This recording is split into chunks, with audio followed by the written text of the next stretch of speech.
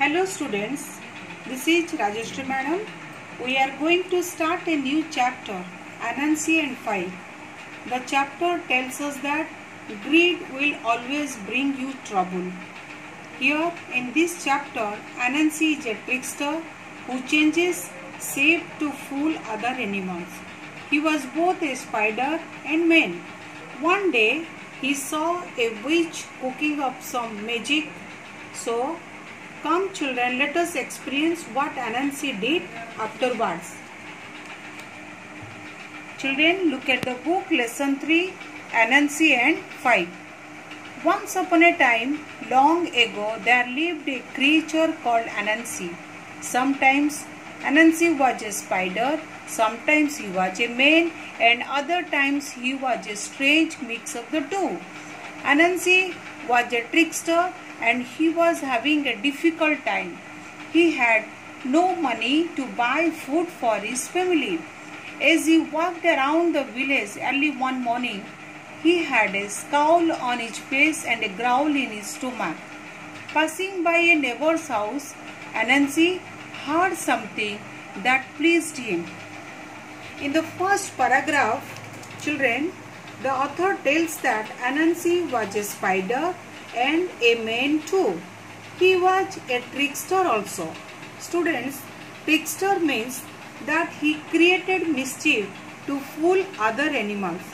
He was living a difficult time as he had no money to buy food for his family. Due to continuous poverty, he was angry and hungry also. But then, when he was passing by a neighbor's house, he heard something that made him happy. Here children, scowl means an angry expression and growl means make a slow sound in the throat. Okay, see the next paragraph. The neighbor was an old witch. She was an angry and unpleasant witch who became furious whenever anyone said her name. She hated her name. All through her life, people had laughed or looked surprised when they heard what her name was. Can you guess what her name was? It was 5. So, children, this paragraph tells that the neighbor was an old witch. Her name was 5, and because of her name, she stayed angry and furious. People laughed at her name because they never heard this sort of name. So, she hated her name. So, children, see the next paragraph.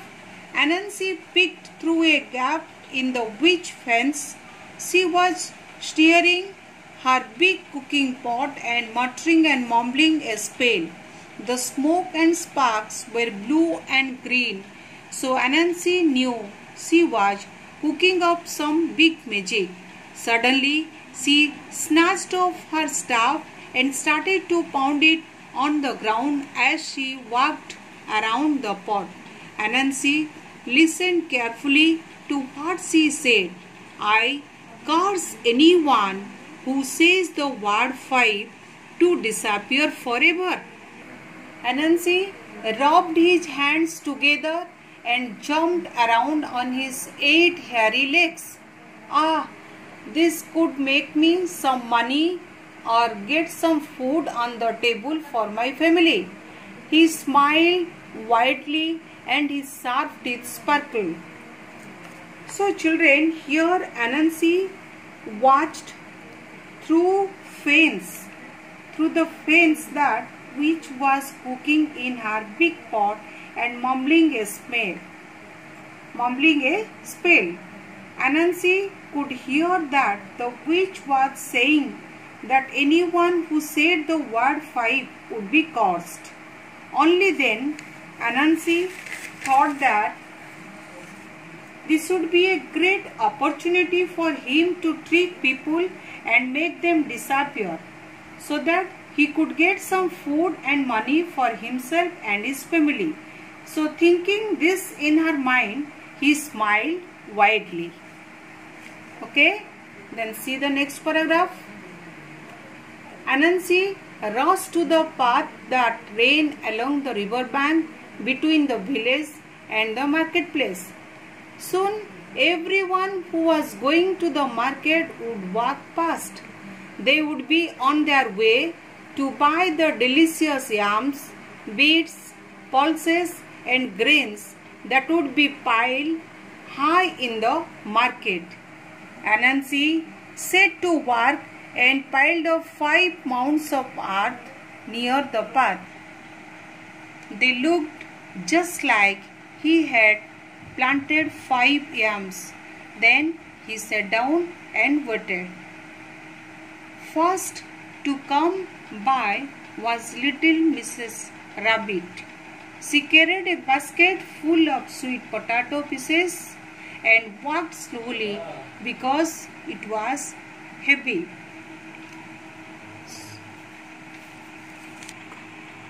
So, here children, Anansi ran towards the marketplace. Everyone were heading to the market to buy yams, pulses, beets and grains. So, to trick other animals, Anansi was ready. He had set up 5 mounds of earth. The earth mounds were looking like yams. The first to be full was Mrs. Rabbit. She was carrying sweet potato. Okay, then see the next paragraph. Anansi stepped forward and smiled. That looks like a big weight. Please rest a while and help me. I don't know how to count, so I cannot tell how many yams I have planted. Mrs. Rabbit was kind, so she stopped. She put down her basket and hopped along the row, counting 1, 2, 3, 4, 5. In a flash and a bang, Mrs. Rabbit disappeared. Anansi gobbled down the whole basket of sweet potato in seconds. He licked his lips and sat down again to wait. So, Anansi in this paragraph asked Mrs. Rabbit to help her count the yams he had planted. When she counted up to 5, she instantly vanished. So, Anansi took the whole basket of sweet potato and sat down again to fool someone. So, see the next paragraph. Not long after he heard little footsteps on the path and looked up. It was Mr. Duck. He walked along with his chest held high and his feet made a slip-slap sound on the path. He had a bag with his lunch in it by his side. Mr. Duck stopped when he saw Anansi and asked him how he was. Anansi put on a glum expression. Mr. Duck, I have no idea how to count my yam plants. Can you help me please? Mr. Duck bobbed his head and puffed out his chest even further. Well, Anansi, he said, it is quite simple. Start with 1, then it is 2, 3, 4 and 5. Mr. Duck disappeared instantly. Anansi ate up the lunch. Now, I know you will be wondering about Anansi's family. Did he think about them? Did he save any food for them? No, he didn't. He ate everything without a thought about any of them. This time it was Mr. Duck. He had his lunchbox in the bag. Anansi played the same trick on Mr. Duck also. Anansi ate up the lunch that Mr. Duck brought. Then Anansi was greedy and selfish also. He hardly did think about his family. Children, even he did not save any food for them. So, okay. Children, see the next paragraph. Next to come along on her way to the market to buy some tasty treats was Miss Frog. She did not stop, and when Anansi called after her, "Hey, please help me count my plants," she laughed. "No way, count them by yourself," she called over her shoulder as she walked away.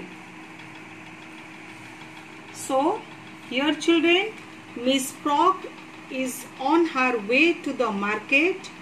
When Anansi called her to count the earth mounds, she did not stop. She laughed and said Anansi to count them on his own. Anansi's trick failed on Miss Frog as she refused to help him and count his yams.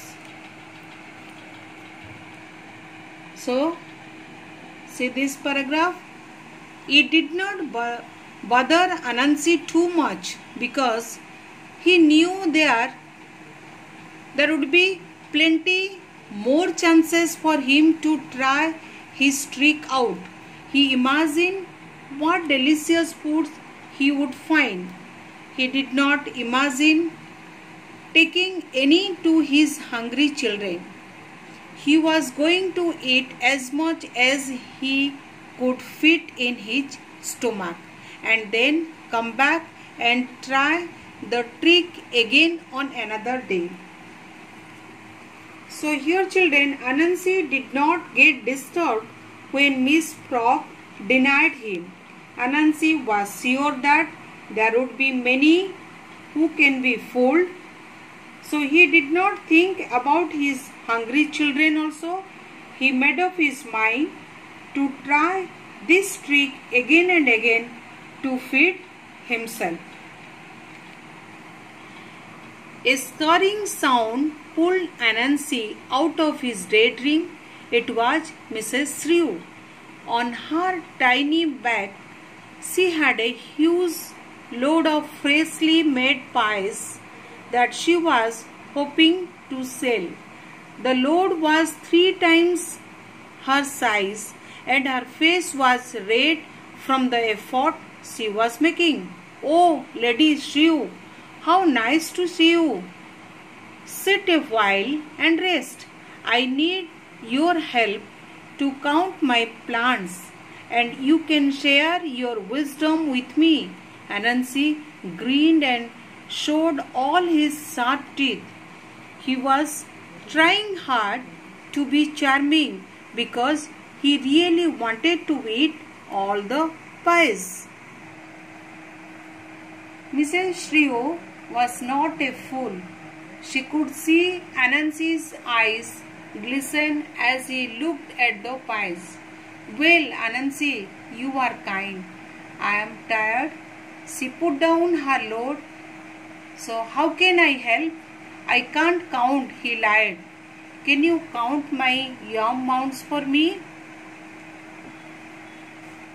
So children, now this time it was Mrs. Shrew. She was carrying pies. The load of the pies was thrice her size. Seeing this, Anansi asked her to count his plants. Anansi could not fool Mrs. Shrew. Mrs. Shrew knew that Anansi had eyes on her pies. So this time also again he was telling another lie. Mrs. Shrew smiled. She walked to the nearest mound and stood on it.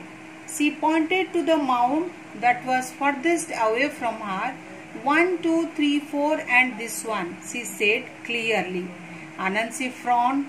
"Do it again. Say all the numbers," he said.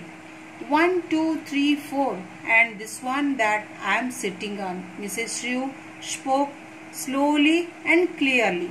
A flash of anger passed over Anansi's face. "Come on, say them properly." He was finding it difficult to keep a smile on his face. Again, Mrs. Shrew smiled sweetly and counted slowly. 1, 2, 3, 4, and this one here. She pointed to the mound beneath her feet. Arg!